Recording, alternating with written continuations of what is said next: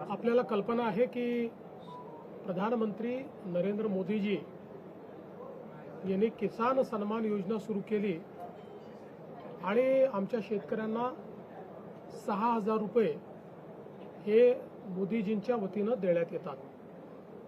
महाराष्ट्रामध्ये महायुतीच्या सरकारने देखील नमो शेतकरी महासन्मान योजना सुरू केली आणि या योजनेत आम्ही निर्णय घेतला की केंद्र सरकारच्या 6,000 रुपयांसोबत महाराष्ट्र सरकार देखील त्याच लाभार्थ्यांना शेतकऱ्यांना 6,000 रुपये देईल, म्हणजे महाराष्ट्रातल्या शेतकऱ्यांना एकूण 12,000 रुपये त्या ठिकाणी मिळतील। आपल्याला कल्पना आहे की या संदर्भात दर 4 महिन्यांनी आपण 2,000 रुपये त्या ठिकाणी त्यांच्या खात्यामध्ये देतो, 2,000 केंद्र सरकार देते, असं 3 हप्त्यांमध्ये आपण हे पैसे देत असतो। नुकताच प्रधानमंत्री महोदयांनी 20वा हप्ता या योजनेचा त्या ठिकाणी दिला आणि त्याच अनुषंगाने आता आपण देखील आज मंत्रिमंडळ बैठकीनंतर शेतकऱ्यांच्या खात्यामध्ये आपला नमो शेतकरी महासन्मान योजनेचा जो हप्ता आहे तो जमा करण्याकरता आपण कार्यक्रम केला आणि एका क्लिकवर हे पैसे आता जमा झालेले आहेत। जवळपास 91,65,156 एवढ्या शेतकऱ्यांच्या 91,65,156 शेतकऱ्यांच्या खात्यामध्ये जवळपास 1,892 कोटी आणि 61 लाख 1,892 कोटी आणि 61 लाख रुपये हे आपण आज जमा केलेले आहेत।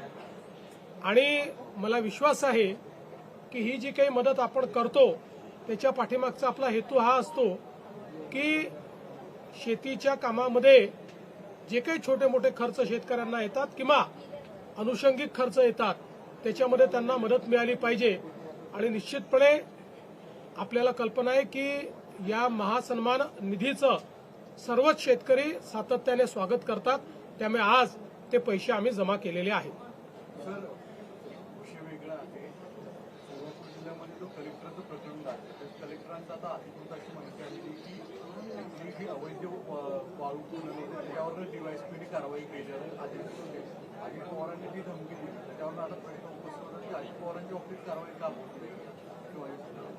बघा, असं आहे की या संदर्भात जी काही कायदेशीर कारवाई करायची ती कायदेशीर कारवाई झालेली आहे।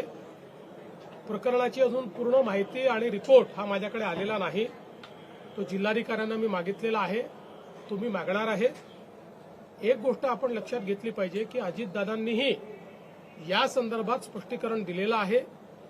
खूप वेळा समोरच्या बाजूला काय चाललं आहे याची आपल्याला कल्पना नसते। अनेक वेळा आमच्याकडे निवेदनं येतात, त्या निवेदनावर आम्ही कारवाई करा असं लिहितो, मात्र त्या निवेदनात सांगितलेली वस्तुस्थिती आणि प्रत्यक्षातली वस्तुस्थिती यात खूप अंतर असतं।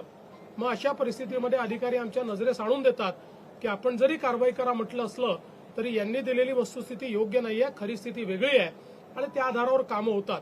त्यामुळे या संदर्भात आता अजितदादांनी खुलासा केलेला आहे आणि मी स्वतः या संपूर्ण प्रकरणाचा रिपोर्ट देखील मागितलेला आहे। सध्या तरी एवढंच मला असं वाटतं पुरेसं आहे। दुसऱ्या बाजूला राष्ट्रीय पातळीवरती आज उपराष्ट्रपती पदाची निवडणूक आहे। विरोधकांकडून असं म्हटलं जातं की क्रॉस वोटिंग होईल आणि एनडीएतले सुद्धा काही खासदार आमच्या यूपीएच्या उमेदवाराला मतदान करतील। त्यांनी निश्चित स्वप्न पाहत राहावं। मी एवढंच म्हणेन, आगे आगे देखिए होता है क्या। महाराष्ट्रातून क्रॉस वोटिंग होईल, आगे आगे देखिए होता है क्या।